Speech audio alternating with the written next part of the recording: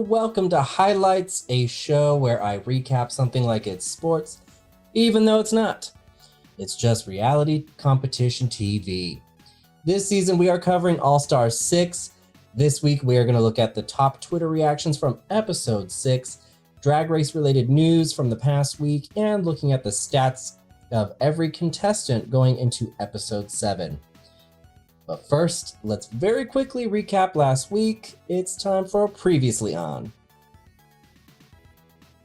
Last week's episode was American Horror Story, Coven Girls, a spoof on Ryan Murphy's American Horror Story and featuring guest appearances from two of the show's stars, Angela Bassett and Emma Roberts. I will also say this episode title is super awkward. They can't seem to decide what they want it to be. The title is Coven Girls. RuPaul kept calling it Covent Girl. The actual show and the challenge that they film is called Coven Girl. It's really weird. I don't know if they can't figure out that subtitle. Anyways, the queens were tasked with taking on roles inspired by various seasons of American Horror Story, including one character added as a nod to Murphy's other famous series, Glee. Backing up real quick though, because this episode had a pretty juicy and interesting opening.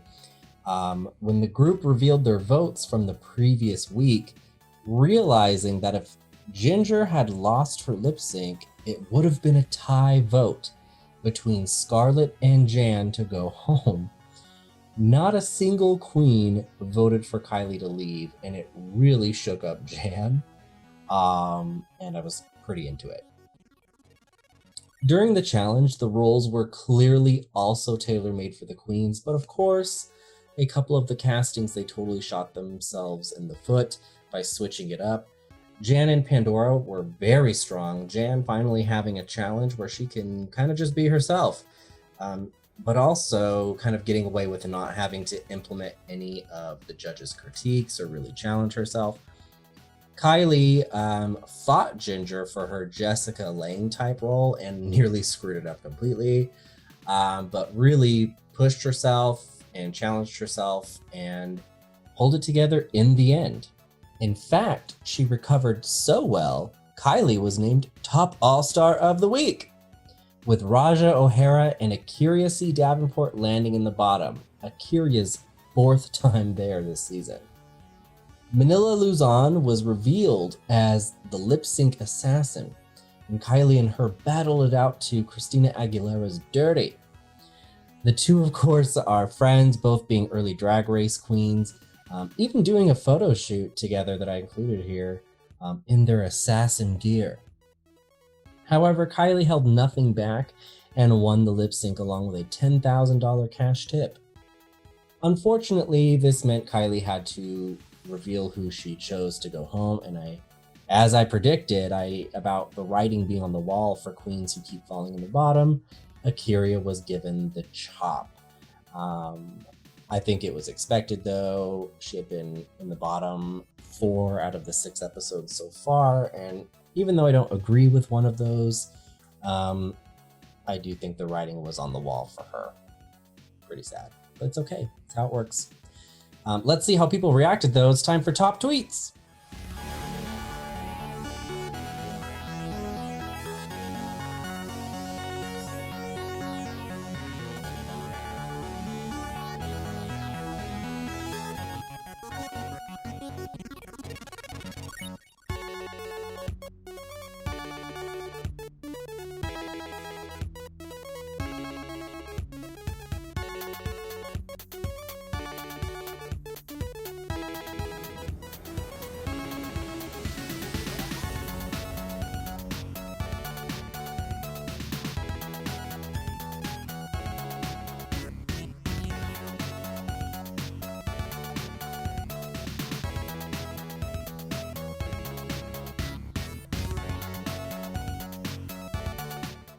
Yeah, Ginger just, for some reason, is really bad at rock, paper, scissors. All right, though, we're almost to the scoreboard for this week's episode, but first, let's look at some news updates. Lately, it's been all news and no scandalous hot tea. How boring! But anyway, Manila Luzon's show in the Philippines, Drag Den, finally revealed that it will in fact be a drag competition series with Manila leading the charge, which we kind of expected. But it, being one of the first series of its kind to venture out of the World of Wonder Drag Race brand, which is actually quite notable. This is a similar situation to Canada's new series announced over the summer, Call Me Mother, which happens to star American Drag Race alum Peppermint and UK Drag Race alum Crystal. Drag Race Holland Season 2 revealed their lineup of queens for the upcoming season on August 6th. The lineup, including 10 talented queens, within are queens like Vanessa Van Cartier, who is pictured front and center here, and is the drag mother of Season 1 winner Envy Peru. And Vivaldi, pictured with the circle braids on her head on the left half of the screen with her leg up, who is only 22, very young, but provided the wigs for the host of Drag Race Holland, Fred Van Leer, last season. So she's stepping in front of the camera this season. Very cool. That's pretty much it, though. I kept the news pretty short and sweet this time. Let's get right into the scoreboard. Okay, so as always, these are the queens we started with, and here is who we have left.